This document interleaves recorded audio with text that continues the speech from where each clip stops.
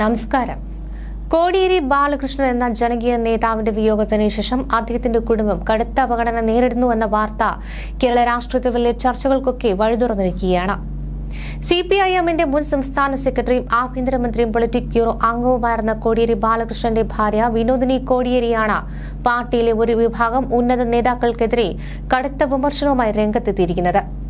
പ്രമുഖ സാംസ്കാരിക മാസികയായ പച്ചക്കുതിരയ്ക്ക് നൽകിയ അഭിമുഖത്തിലാണ് വിനോദിനി തന്റെ ഉള്ളിലെ സങ്കടവും കടുത്ത അമർഷവും പരസ്യമാക്കിയത്.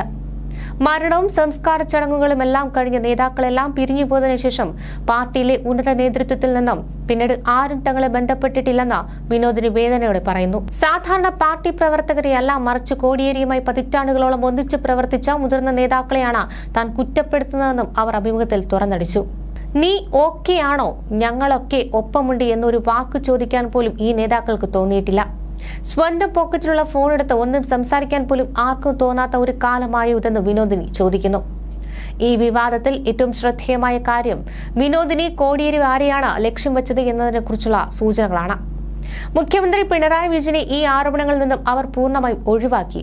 വിജയേട്ടൻ വിളിച്ചാൽ ഫോൺ എടുക്കുകയും അപ്പോൾ പറ്റിയില്ലെങ്കിൽ പിന്നീട് തിരിച്ചു വിളിക്കുകയും ചെയ്യുന്ന ആളാണെന്നാണ് പിണറായി വിജയനെ കുറിച്ച് വിനോദിനി സാക്ഷ്യപ്പെടുത്തിയത്.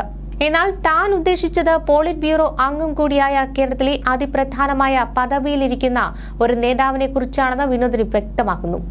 കോടിയേരിയുടെ മരണത്തിന് ശേഷം ഈ 4 വർഷത്തിനിടയിൽ അദ്ദേഹം ഒരിക്കൽ പോലും ഞങ്ങളെ ഫോണിൽ വിളിച്ച് സുഖവിവരങ്ങൾ അന്വേഷിച്ചിട്ടില്ല.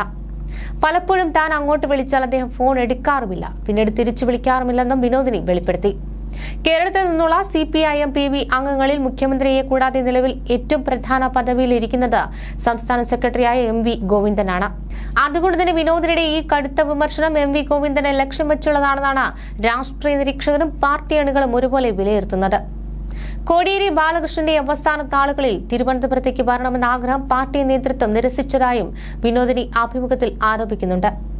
വിനോദിനി കോടിയേരിയുടെ ഈ പരസ്യ പ്രതികരണം CPIMനെ പ്രതിരോധത്തിലാക്കിയിട്ടുണ്ട് എന്ന വിവാദത്തോട് LDF കൺവീനർ TP രാമകൃഷ്ണൻ വാർത്താസമ്മേളനത്തിൽ പ്രതികരിക്കുകയുണ്ടായി. വിനോദിനിയുടെ വിമർശനം കൃത്യമായി ആരെക്കുറിച്ചാണെന്ന് അറിഞ്ഞാൽ മാത്രമേ പാർട്ടിക്ക് ഈ വിഷയത്തിൽ ചർച്ച ചെയ്യാൻ സാധിക്കൂവെന്നാണ് അദ്ദേഹം പറഞ്ഞത്.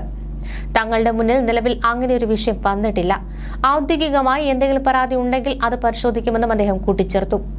കോടിയേരിയുടെ കുടുംബം എപ്പോഴും CPIMന്റെ ഭാഗം തന്നെയാണെന്നും TP രാമകൃഷ്ണൻ വ്യക്തമാക്കി. എന്നിരുന്നാലും കോടിയേരിയെ പോലെ ഒരു സമുന്നത നേതാവിന്റെ കുടുംബം പാർട്ടി സെക്രട്ടറിക്ക് നേരെ പരസ്യമായി വിരൽ ചൂണ്ടിയത് അണികളിൽ വലിയ ആശയക്കുഴപ്പവും അതൃപ്തിയും ഉണ്ടാക്കിയിട്ടുണ്ട്.